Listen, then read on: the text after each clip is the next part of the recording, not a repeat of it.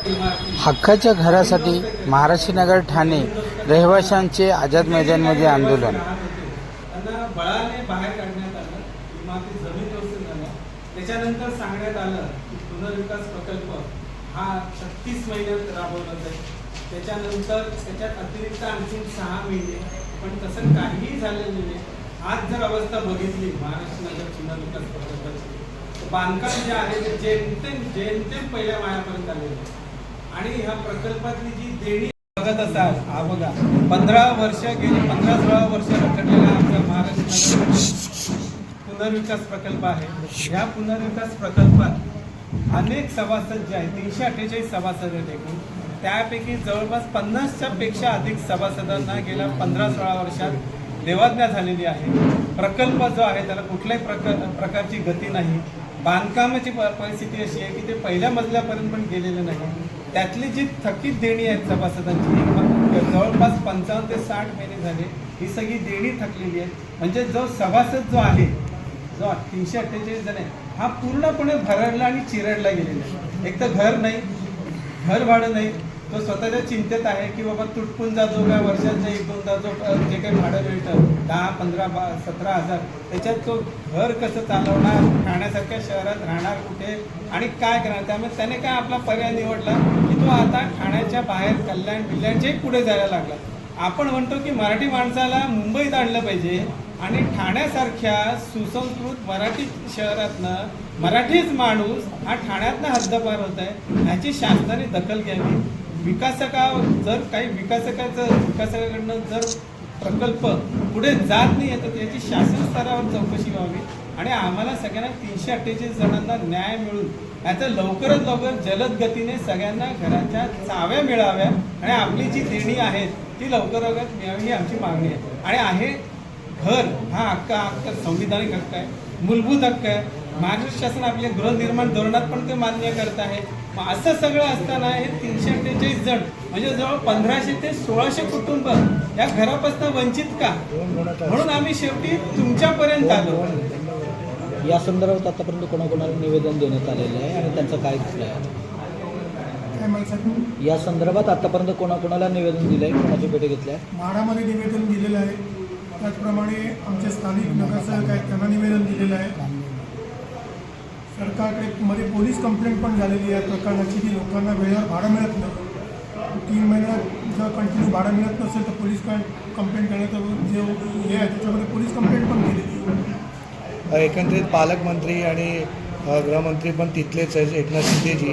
मग ते का लक्ष देत नाही आहे? ते काय का आपल्याच ठाण्यामधल्या लोकांना आज दरोदरी भटकावं लागतं अशा प्रकारे? त्यांच्यापर्यंत आमच्या मागण्या आम्ही पोचवलेल्या आहेत. आमची लोक त्यांच्यापर्यंत पोचलेले. केळकर साहेब स्वतः पण आमच्या कॉम्प्लेक्समध्ये येऊन केलेले आहेत. पण आता राजकारणी लोकांकडे तेवढा वेळ पाहिजे आमच्याकडे बघायला. आम्ही तीच रिक्वेस्ट घेऊन तुमच्यापर्यंत आलो आहे की वेळ काढून आमच्याकडे पण बघा, ठाण्यामध्ये आमच्याकडे पण बघा. सर, एकूण आता बोलताय की वेळ त्यांच्याकडे नाही आहे. मतदान मागण्यासाठी त्यांच्याकडे वेळ असतो, निवडणूक लढवण्यासाठी वेळ असतो आणि मग तुम्ही दारोदारी भटकताय, मग त्यावेळेला त्यांच्याकडे वेळ का नसतो? आता आमदार साहेब वेळ काढून आम्हाला तुम्ही विचारायचं ना, विचारलं नाही. आता परत एकत्र येऊन आता ही परिषद झाल्यानंतर आम्ही परत एकदा त्यांच्याकडे आमची व्यथा घेऊन जाणार आहे. तेव्हा आम्हाला ते मदत करतील असं वाटतं, कारण तुमच्याकडून गेलेला आवाज मोठा असेल आणि त्याने फरक पडून आम्हाला आमचा योग्य न्याय मिळेल अशी आम्ही आशा करतो. एकूण किती टेंडर आहेत आणि किती महिन्याचं भाडं तुम्हाला भेटलेलं नाही?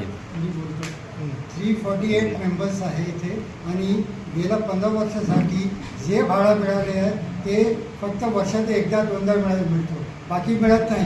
आणि जवळजवळ आता प्रत्येक माणसाचा प्रत्येक टेनंटचा एक 50 ते 60 महिन्याचा भाडा पेंडिंग आहे. त्याच्याबरोबर कॉर्पस फंड पेंडिंग आहे, जी शिफ्टिंग चार्जेस आहेत ती पेंडिंग आहे आणि जे मंथली इयरली रिव्हिजन आहे 10% ती पेंडिंग आहे. आम्हाला फक्त आश्वासन दिले जाते की आम्ही करू, पण काही होत नाही. जर बिल्डरकडे पैसे नाही आहे तर हे प्रोजेक्ट सोडून द्यावं आणि आम्हाला प्रशासनाकडून रिक्वेस्ट आहे की त्यांच्या ताब्यात घेऊन आम्हाला लवकरात लवकर घरविरोधी आहे. सर, सर्व तुम्हाला आश्वासनं देतात बोलताय, मग इशारा काय द्याल तुम्ही सरकारला इशारा? तर सरकार बघा, म्हाडाने काय स्कीम आणली, CND स्कीम आणलेली आहे. जे प्रकल्प सगळे थकलेले आहेत म्हाडा CND वर आलेले. मग आमच्याचकडे काय लक्ष देत नाही आहे? म्हणजे आम्ही जेव्हा न्यायालयात जाऊ, जेव्हा उच्च न्यायालयात जाऊ आणि ते करू, तेव्हाच सरकार आमच्याकडे लक्ष देणार का? प्रशासनाचं आज 16 वर्ष जर बाधित आहे, लोक घराबाहेर आहेत, लोक ठाण्याच्या बाहेर जात आहेत, मराठी माणूस ठाण्याच्या बाहेर जातोय, तर ह्याच्याकडे प्रशासन म्हणून सरकारची काही जबाबदारी आहे की नाही? ते आम्ही प्रत्येक वेळेला न्यायालयातच गेलं पाहिजे.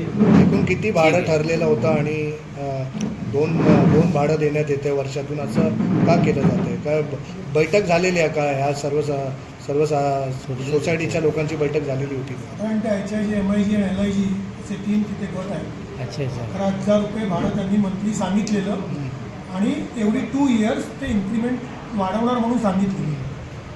ते 11,000चं भाडं पण ते लोक दर महिन्याला देऊ शकत नाही. वाढवण्याची गोष्टच सोडा. त्यांनी सांगितल्याप्रमाणे जवळजवळ 50 महिन्यांचं भाडं पेंडन्सी आहे.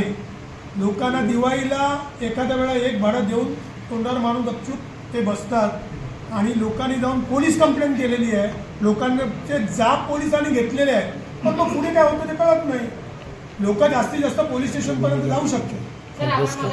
बरं, LIG आणि MIG एकच भाडा देतो का?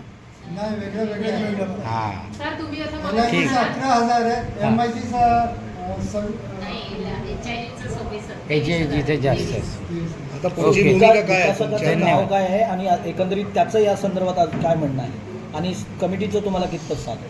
आता आमच्या असे पुढची भूमिका अशी आहे की आज आम्ही इथे आलो आझाद मैदानात. आता आमचं सगळं निवेदन गेलेलं आहे, शासन दरबारी पोचलेलं आहे. आता पुढच्या कमीत कमी 1-1.5-2 महिने वाट बघायला लागेल शासन याच्यावर काय करतंय. जर समजा अगदी काहीच नाही झालं तर शेवटचा पर्याय म्हणून मुंबई उच्च न्यायालयात जनहित याचिका दाखल करायची. हा एकच आता आमच्या समोर पर्याय उरलेला आहे. पण त्याच्या आधी आमची अशी आशा आहे आणि शासनाला विनंती आहे की तो पर्याय निवडण्याच्या आधी वेळ आहे शासनाकडे. शासनाने याच्यावर लक्ष घालावं आणि शासनाच्या अनेक यंत्रणा आहेत, शासनाला स्वतःचे अधिकार आहेत, तर शासन त्या अधिकारांचा वापर करून काहीतरी याच्यानं तोडगा काढू शकतो ना. ठीक आहे साहेब, धन्यवाद. सर